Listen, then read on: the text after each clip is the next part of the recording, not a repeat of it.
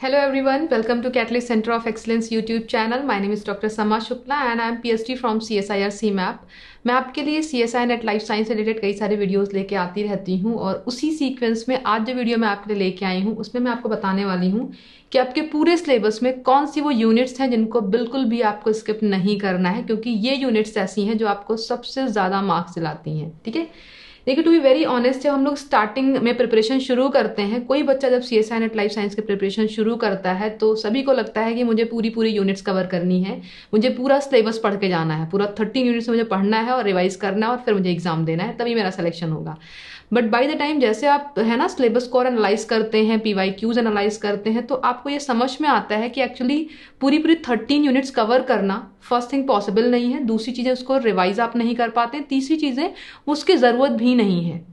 ठीक है, लेकिन आपको जब पेपर आप एनालाइज करते हैं, सिलेबस को और अच्छे से एनालाइज करते हैं, PYQs को देखते हैं, तब ये आपको समझ में आता है कि पूरी 13 यूनिट्स पढ़ना आपके लिए ज़रूरी नहीं है। अगर आप 8 to 9 यूनिट्स से प्रॉपर पढ़ते हैं तो आप इस एग्जाम को क्वालिफाई कर सकते हैं। बट इंपॉर्टेंट क्या है कि जब आप यूनिट्स को चूज करें तो वहां पे आप स्मार्टली चीज़ों को हैंडल करें, क्योंकि अगर आप ऐसी यूनिट चूज कर रहे हैं जिनसे उतने फ्रीक्वेंटली क्वेश्चंस नहीं आते हैं तो आपका नुकसान होने वाला है। ठीक है, और मैं बोलूँ कि जब भी आपका एग्जाम का 1 महीने बचता है, 10 दिन बचता है, तो जनरली उस टाइम बच्चों को और एंजाइटी होती है कि भाई कोई मुझे बता दे कौन सी वो यूनिट्स हैं जिनसे ज़्यादा मार्क्स से क्वेश्चंस आते हैं।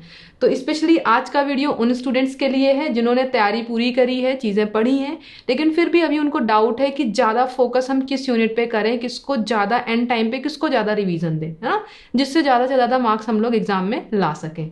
तो आज मैंने चूज करी है कुछ यूनिट्स, और बहुत ध्यान से सुनिएगा, एंड तक वीडियो को देखिएगा। मैंने लॉजिकल तरीके से आपको बताया है इसमें कि क्यों आपको इन यूनिट्स को चूज करना है। ठीक है, देखिए पूरी 13 यूनिट्स आपके सिलेबस में मैंने पहली जो यूनिट ली है वो है आपकी इकोलॉजी एंड इवोल्यूशन की।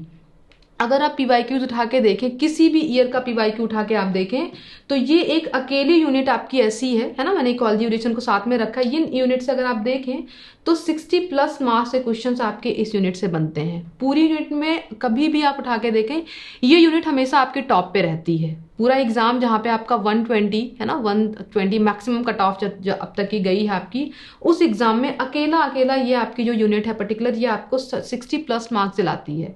इकोलॉजी का पूरा पोर्शन आपका प्लस इवोल्यूशन के कुछ पोर्शन है जिनसे क्वेश्चन फ्रीक्वेंटली आते हैं। तो ये यूनिट आप कभी भी स्किप नहीं करेंगे। बहुत सी कॉन्सेप्ट इस यूनिट में ऐसी हैं जो डायरेक्ट कॉन्सेप्ट बेस्ड हैं, जिन पे कॉन्सेप्टुअल अंडरस्टैंडिंग आपको अगर है तो आप बहुत आसानी से उनके क्वेश्चन सॉल्व कर सकते हैं। मैंने इन यूनिट्स के जो टॉपिक्स इंपॉर्टेंट है उनकी ऑलरेडी एक वीडियो बनाई है, वो आप हमारे चैनल पे जाके उसको देख सकते हैं। तो पहली यूनिट आपकी है जिसमें मैक्सिमम चीज़ें आपकी कॉन्सेप्चुअल हैं, कुछ चीज़ें मेमोराइज करने वाली भी हैं, लेकिन ये यूनिट आपको बिल्कुल भी स्किप नहीं करना है। अगर आपने पढ़ा है तो इसको प्रायोरिटी बेसिस पे इसको रिवाइज करिए। ठीक है, सेकेंड यूनिट अगर मैं आपको बोली मॉलिक्यूलर बायोलॉजी, जिसमें अगर आप देखें तो अनडाउटली मेमोराइज करने वाली बहुत सी चीज़ें हैं, बहुत सारे फैक्ट्स हैं, बहुत सारी थ्योरी है, रेप्लिकेशन है, आप ट्रांसक्रिप्शन देखेंगे, ट्रांसलेशन देखेंगे, जेनेटिक कोडॉन है, रेगुलेशन है, बहुत सारी चीज़ें, और बहुत सारी चीज़ें आपको रिवाइज करने की जरूरत होती है। ठीक है, तभी आपको ये इन्फॉर्मेशन याद रहती है, क्योंकि जो भी यूनिट में आपकी इन्फॉर्मेशन है ज़्यादा, वहाँ पे जब आप मल्टीपल रिवीजन देते हैं तब उन यूनिट से क्वेश्चंस को आप सॉल्व कर पाते हैं। तो मॉलिक्यूलर बायोलॉजी भी अगर आप देखें तो 40 मार्क्स से क्वेश्चंस आपको इस एरिया से भी मिलते हैं, 30 से 40 मार्क्स आपको यहाँ से भी मिलते हैं, और इसको अच्छे से करने के लिए, इस यूनिट में अच्छा स्कोर करने के लिए आपको इस यूनिट का मल्टीपल रिवीजन देना मस्ट है ना। अभी भी अगर आप 17 फेब के एग्जाम को टारगेट करने की बात करें तो आज आपका 7 फेब है, इसके बाद अगर आप देखें तो आप आसानी से 3 से 4 बार इस यूनिट को रिवाइज कर सकते हैं। ठीक है, तो रिवीजन अगर प्रॉपर करेंगे आप इस यूनिट का तो इसमें भी आप बहुत अच्छा स्कोर करेंगे। एंड प्लस मैं ये भी बोलूंगी कि CSIR की कुछ यूनिट्स आपकी ऐसी हैं जो आप CSIR GRF क्वालिफाई करते हैं उसके बाद भी इनसे पीछा आपका नहीं छूटता है। मतलब ये इन्फॉर्मेशन एग्जाम क्वालिफाई करने के बाद भी जब आप कहीं PhD ज्वाइन करते हैं तो वहां पे भी रिक्वायर्ड होती है। तो मॉलिक्यूलर बायोलॉजी उनमें से एक यूनिट है आपकी, तो इसको आपको बिल्कुल भी स्किप नहीं करना है, बहुत अच्छे से प्रिपेयर करना है। ऑलरेडी कौन से टॉपिक्स इसके इंपॉर्टेंट है वो ऑलरेडी मैंने एक वीडियो में आपको बताया है। नेक्स्ट यूनिट आते हैं, सबसे ज़्यादा कॉन्सेप्चुअल यूनिट है और काइंड ऑफ मैथमेटिकल चीज़ें हैं इसमें। जेनेटिक्स का जो पोर्शन है आपका, चाहे पेडिग्री की बात करें, मार्कर की बात करें, लिंकेज मैपिंग की बात करें, ठीक है, तो इसमें बहुत सारे टॉपिक्स ऐसे हैं जो बिल्कुल लॉजिकल हैं। अगर एक बार भी आपने ढंग से नोट्स पढ़ ली, ढंग से समझ लिया इन चीज़ों को, प्रॉपर किसी ने आपको गाइड कर दिया, आपको कॉन्सेप्चुअल अंडरस्टैंडिंग हो गई, तो जेनेटिक्स आपको मल्टीपल रिवीजन देने की जरूरत नहीं पड़ेगी। जैसे मैंने मॉलिक्यूलर बायोलॉजी के लिए बोला, जेनेटिक्स में चीज़ नहीं है। अगर आपने पेडिग्री की कॉन्सेप्ट समझ ली, अगर आपने लिंकेज मैपिंग के न्यूमेरिकल्स कैसे सॉल्व करने हैं, डबल क्रॉसओवर कैसे निकालना है, रिकॉम्बिनेशन फ्रीक्वेंसी कैसे निकालनी है, अगर ये चीज़ें आपने एक बार प्रैक्टिस कर ली तो वो आपका एंड तक आपके साथ में रहने वाला है। 40 मार्क्स, कम से कम 40 नंबर के क्वेश्चंस आपको जेनेटिक्स से मिलते हैं। तो ये पर्टिकुलर यूनिट भी आपको बिल्कुल भी स्किप नहीं करनी है, बहुत इंपॉर्टेंट है। और अगेन कुछ टॉपिक्स इसके भी ऐसे हैं जिनसे हर बार क्वेश्चंस आपको मिलते हैं, तो होशियारी से PYQ एनालाइज करिए और टॉपिक्स को फाइंड आउट करिए और जरूर से इस यूनिट को रिवाइज करिए। आई एम श्योर इसको पढ़ा सभी लोगों ने होगा, लेकिन प्रायोरिटी बेसिस पे इस यूनिट को भी आप रिवाइज करिएगा। नेक्स्ट यूनिट आते हैं सेल बायोलॉजी की। सेल बायोलॉजी में अगर आप देखें तो इसमें भी काफ़ी सारी इन्फॉर्मेशन है। अगर मैं इसको बोलूँ तो सेल बायोलॉजी के पोर्शन को हम लोग दो पार्ट में, कुछ क्लासिकल और कुछ एडवांस पोर्शन है जो आपका, जैसे क्लासिकल जहाँ पे हम लोग सेल ऑर्गेनेल, उनके फंक्शन, ये सारी चीज़ें की बात करते हैं। प्लस अगर मैं एडवांस पोर्शन की बात करूँ जहाँ पे हम लोग कैंसर है, एपोप्टोसिस है, सेल सिग्नलिंग है आपकी, है ना, या ट्रैफिकिंग है, इन सब की बातें करते हैं। तो इसमें भी लाइक अगर हम लोग सेल सिग्नलिंग की बात करें, कैंसर की बात करें, एपोप्टोसिस की बात करें, सेल साइकिल रेगुलेशन की बात करें, इन सभी से आपके कॉन्सेप्चुअल क्वेश्चंस आते हैं और हर बार आपको मिलते हैं, है ना। टोटल अगर मैं बोलूं तो 30 से 35 मार्क्स में इस यूनिट को भी बोल सकती हूँ, कम से कम। इससे ज्यादा ही क्वेश्चंस आपको, इससे ज्यादा ही मार्क्स के क्वेश्चंस आपको मिलते हैं, ठीक है। तो ये जो पोर्शन है आपका, जो एडवांस पोर्शन है, इसमें बहुत सी चीजें ऐसी हैं जो बिल्कुल कॉन्सेप्चुअल है ना। किस फेज में कहाँ पे आप म्यूटेशन कर रहे हैं, किस CD केज में तो कहाँ पे सेल अरेस्ट हो रही है ना, या जो सिग्नलिंग का आपका पाथवे है, तो कुछ बिल्कुल ही स्ट्रेट अवे क्वेश्चंस हैं जो कॉन्सेप्ट पे बेस्ड आपके एग्जाम में आते हैं और हर बार उन एरियाज को CSR हिट करता है। तो ये यूनिट में अगर आप ये चीजें प्रिपेयर करेंगे तो अच्छा आप स्कोर कर लेंगे, ठीक है। इसके अलावा कुछ चीजें आपकी हैं लाइक जो मेमोरी बेस्ड भी हैं। जब हम लोग बात करेंगे ECM की बात करें, हम लोग साइटोस्केलेटन की बात करें हम लोग, या प्रोटीन ट्रैफिकिंग में भी कुछ चीज़ें ऐसी हैं जो टोटली आपको मेमोराइज करनी है, ठीक है। तो ये पूरी यूनिट आपको रिवाइज भी करना है, कुछ इन्फॉर्मेशन भी है और कुछ कॉन्सेप्चुअल चीज़ें भी हैं जो आप एक बार पढ़ के हमेशा दिमाग में रख सकते हैं। तो इस यूनिट को भी आपको स्किप नहीं करना है। नेक्स्ट यूनिट अगेन, इससे तो आपकी सेल मतलब पूरी लाइफ साइंस का पूरा सिलेबस जुड़ा हुआ है बायोकेमिस्ट्री से, क्योंकि बायोमोलिक्यूल का कोई ना कोई एस्पेक्ट आप सेल बायोलॉजी में, मॉलिक्यूलर बायोलॉजी में, सब जगह पे पढ़ते हैं, मेथड्स इन बायोलॉजी में। तो बायोकेमिस्ट्री हमेशा आपके CSIR के एग्जामिनेशन पॉइंट ऑफ व्यू से इंपॉर्टेंट है और बाद में भी आपके लिए ये यूनिट इंपॉर्टेंट होती है जब आप एज ए GRF कहीं पे ज्वाइन करते हैं। अब बायोकेमिस्ट्री की अगर हम लोग बात करें तो इस पे अनडाउटली कुछ क्वेश्चंस आपके होते हैं जो डायरेक्टली आपके बायोकेमिस्ट्री की इन्फॉर्मेशन पे आते हैं, लाइक एंजाइम काइनेटिक्स से क्वेश्चंस होते हैं, प्रोटीन केमिस्ट्री के क्वेश्चंस होते हैं, थर्मोडाइनिक्स आपकी पूछी जाती है, या मेटाबॉलिक पोर्शन से क्वेश्चन पूछे जाते हैं। तो जो आपके डायरेक्ट बायोकेमिस्ट्री से आते हैं, जिनको आपको करना ही करना है, कम से कम मैं बोलूँ 30 मार्क्स, ठीक है। पर बायोकेमिस्ट्री की जो नॉलेज होती है, लाइक प्रोटीन है तो प्रोटीन का क्या कॉम्पोजिशन है, प्रोटीन का स्ट्रक्चर क्या है, ठीक है, या एंजाइम से क्या स्ट्रक्चर, इन सब चीज़ों की ज़रूरत हमें तभी भी पड़ती है जब हम मेथड्स इन बायोलॉजी के क्वेश्चन सॉल्व करते हैं, जिनको हम लोग टेक्निक के नाम से जानते हैं, मॉलिक्यूलर और बायोकेमिकल टेक्निक से जिस यूनिट को हम जानते हैं, जो कि यूनिट 13 है हमारे सिलेबस में, ठीक है। जब उस यूनिट के क्वेश्चंस को हम लोगों को सॉल्व करना होता है तो वहां पे भी बायोकेमिस्ट्री की नॉलेज रिक्वायर्ड होती है। अगर आपको नहीं पता है कि प्रोटीन का कॉम्पोजिशन क्या है, प्रोटीन का 3D स्ट्रक्चर, 2D स्ट्रक्चर क्या है, alpha helical structure, beta structure क्या है, तो आप नहीं पता कर पाएंगे कि किसी प्रोटीन को हम लोग किस तरीके से सेपरेट कर रहे हैं, किनके लिए हम आयन एक्सचेंज क्रोमेटोग्राफी लगा रहे हैं, कहाँ पे हम SGS लगा रहे हैं, ठीक है। तो बायोकेमिस्ट्री की यूनिट की जो नॉलेज है वो आपके इस वाले क्वेश्चन को सॉल्व करने के लिए तो चाहिए ही होती है। साथ ही साथ मेथड्स इन बायोलॉजी अगर आपको सॉल्व करना है तो you need to know all the concept जो कि आपकी बायोकेमिस्ट्री पोर्शन में दी गई है, ठीक है। तो बायोकेमिस्ट्री को भी आपको बिल्कुल स्किप नहीं करना है।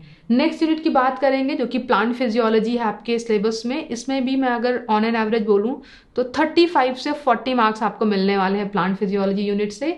अगेन लाइक आपकी मॉलिक्यूलर बायोलॉजी यूनिट थी कि आपको चीज़ें मेमोराइज करनी थी, खूब सारी इन्फॉर्मेशन थी, सिमिलरली प्लांट फिजियोलॉजी में भी आपको बहुत सारी इन्फॉर्मेशन बेस्ड क्वेश्चन आपके आते हैं और बहुत सारी चीज़ें हैं जिनको आपको लाइक जो कोर मेमोरी बेस्ड चीज़ें हैं जिनको आपको लिटरली याद ही करना है, बट बहुत सारी कॉन्सेप्ट्स भी हैं।